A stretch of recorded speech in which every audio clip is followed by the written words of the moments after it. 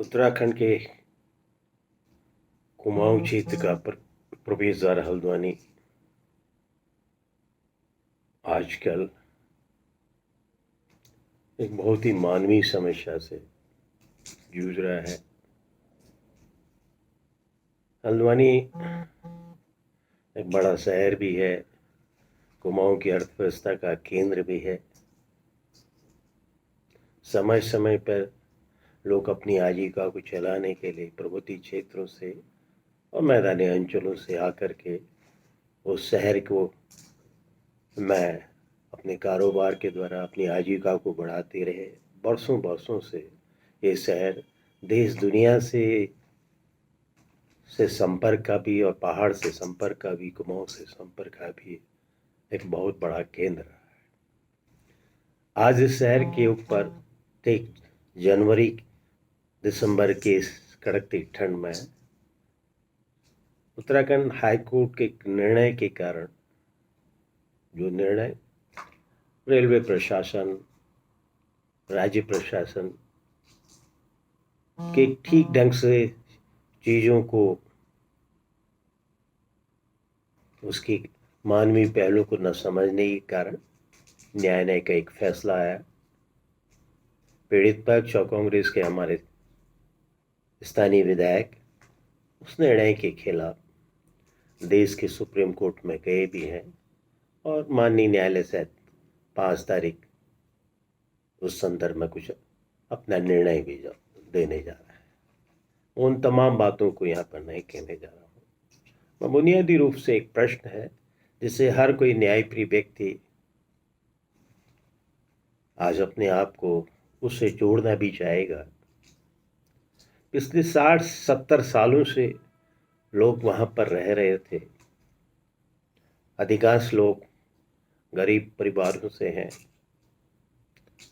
बहुत ही श्रम से अपने परिवार को आगे चला रहे हैं।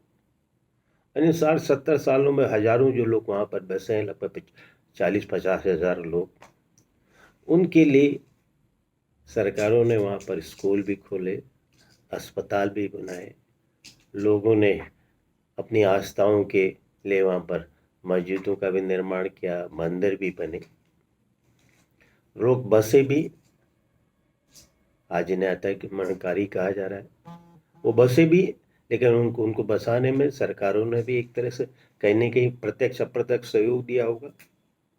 जमीनों पर कोई बहुत ज़्यादा विवाद होता तो सरकारी स्कूल ना खुले होते, मंदिर ना बने होते, लोगों ने लोगों के घरों में बिजली, तमाम जो जरूरी चीज़ें हैं, सहूलियतें हैं जो सरकार का दायित्व है अपने नागरिकों को देना, वो सारी सुविधाएं उन लोगों को मिली हुई थी। बीच बीच में ये विवाद भी रहा। रेलवे प्रशासन कुछ ज़मीन पर अपना दावा करता है, कुछ ज़मीन पर राज्य प्रशासन कहता है ये हमारा दावा हमारे दायरे में है, हमारे प्रबंध में है।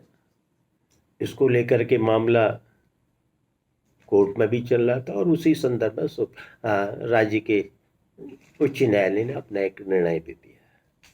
सवाल है कि अचानक जो ये निर्णय आया है और अचानक ये हफ्ते 10 दिन के अंदर उन सारे लोगों को जो एक लंबे समय से ये मान के चल रहे थे कि ज़मीन पर हम हैं, बहुत से लोगों ने तो वहीं पर बच्चों ने जन्म लिया, आगे बढ़े, क्या राज्य का ये दायित्व तो नहीं है कि अपने इन नागरिकों के आए अचानक जो इस समस्या उत्पन्न है, विकट परिस्थिति खड़ी है, इसका कोई समाधान निकाला जाए या ना निकाला जाए। प्रश्न इस बात को विवाद का विषय बना हुआ है कि रेलवे के कितने जमीन पर रेलवे का हक है, कितने जमीन पर राज्य प्रशासन अपना दावा कर रहा है, कितनी जमीन नजूल की है। और हाईकोर्ट का निर्णय आने के बाद देश का अंतिम न्यायालय नहीं है। निचले न्यायालयों के फैसले से अगर हम पीड़ित हैं तो हम उच्च न्यायालय की ओर जा सकते हैं। जैसे पीड़ित पक्ष है, स्थानीय विधायक वहाँ के कांग्रेस के सुमित निर्देश, अन्य लोग देश के सब उच्च न्यायालय में गए हैं। क्या ये राज्य सरकार का दायित्व नहीं था?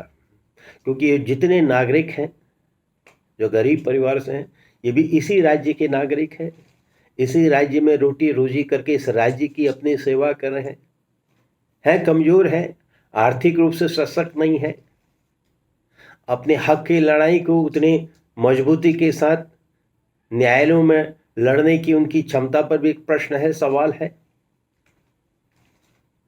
क्या राज्य का ये दायित्व नहीं था कि इस हाईकोर्ट के निर्णय के बाद आने के बाद अचानक इन 50,000 लोगों को हटाने की जो समस्या है, क्या हाईकोर्ट के निर्णय में के खिलाफ अपील नहीं की जा सकती थी?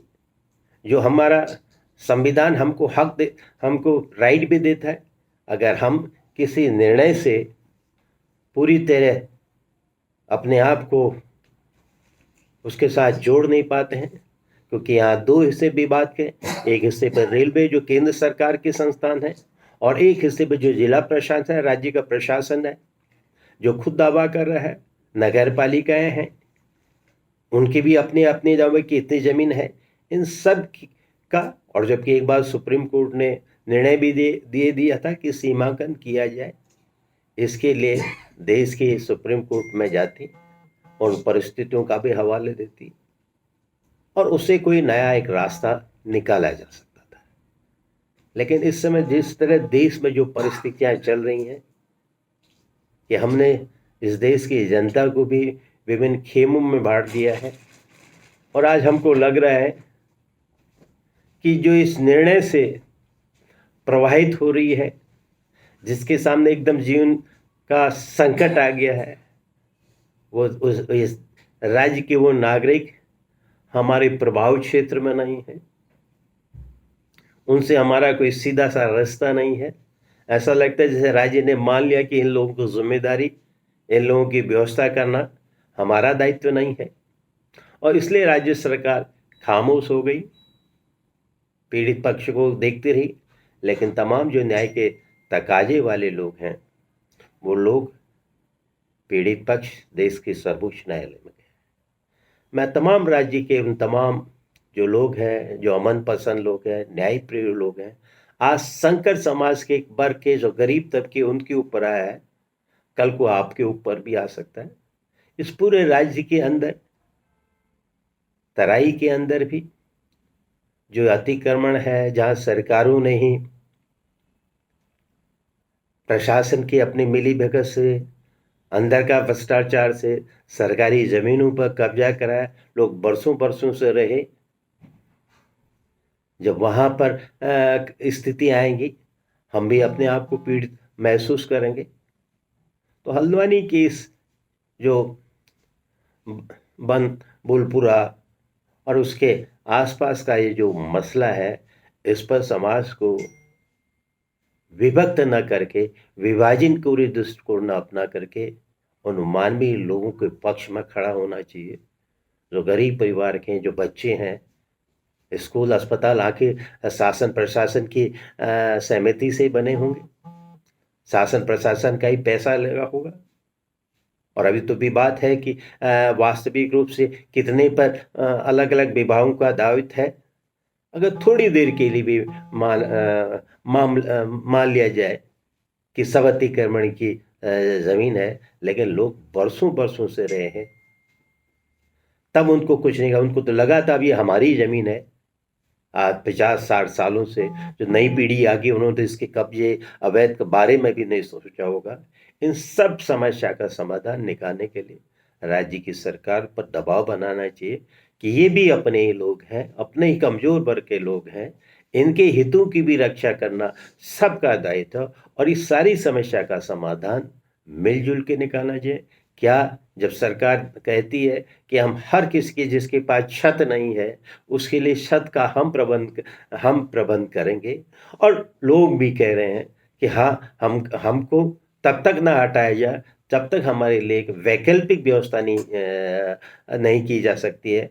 क्या वैकल्पिक व्यवस्था इन 4-5 हज़ार परिवारों के लिए नहीं की जा सकती है? जब देश का तंत्र बड़े बड़े उद्योगपतियों को, कॉरपोरेट जगहों के लाखों करोड़ों के ऋणों को इसलिए माफ कर देता है कि इससे अर्थव्यवस्था पर कोई गलत असर ना पड़े, उद्योग करने वाले लोगों को किसी तरह की वो ना हो, उनको एक बार माफ किया जा सकता है। तो ये तो गरीब और कमज़ोर वर्ग के लोग हैं। इसलिए मैं चाहूँगा कि जो हल्द्वानी में बंद भूलपुरा के हजारों लोगों के सामने जो जीवन और मौत का संकट पड़ा है, उनको हटाए जाने का सवाल है। इसको न्यायालय और न्याय की सीमाओं से ऊपर भी एक मानवीय दृष्टिकोण अपनाते हुए राज्य की सरकारों पर हमको इस बात के लिए दबाव डालना चाहिए। आखिर उन अधिकारियों की भी तो जिम्मेदारी हुई इस लंबी से, जिन्होंने इस अतिक्रमण को अगर है इसको जारी रखने दिया, उस करश में पैसा कमाया होगा। आज उन सब पर किसी के ऊपर कहते गाज नहीं कर रही है। आज सिर्फ जो पीड़ित पक्ष है उनके ऊपर ही सारा शासन का डंडा चल रहा है।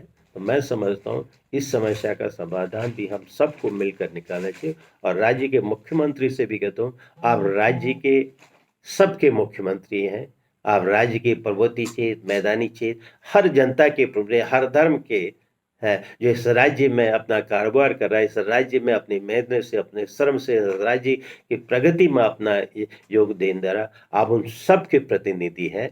आपका कर्तव्य है, आपका दायित्व भी है इस समस्या का समाधान निकला। और समाधान यही हो सकता है कि देश के सुप्रीम कोर्ट के निर्णय के आने पर क्या अगर इनके लिए हम कोई अल्टरनेटिव व्यवस्था कर सकते हैं, ठीक से जांच हो जाए, जो राजस्व की जमीन है उसके अतिक्रमण को क्या कहते हैं हम नियमित कर सकते हैं, जो 30-40 सालों से रह रहे हैं। कोर्ट में, कानून में ऐसी भी व्याख्याएं हैं, ऐसी भी धाराएं हैं। तो इसलिए इस सवाल पर हम सबको, और मेरी पूरी हमदर्दी वहाँ के लोगों के साथ है जो इस समय अपने आप को इस भयानक संकट में देख रहे हैं कि राज्य की सरकार इन पीड़ित के पक्ष में मानवीय दृष्टिकोण अपनाते हुए इसका स्थायी समाधान निकालने की कोशिश करेगी। जय हिंद, जय भारत।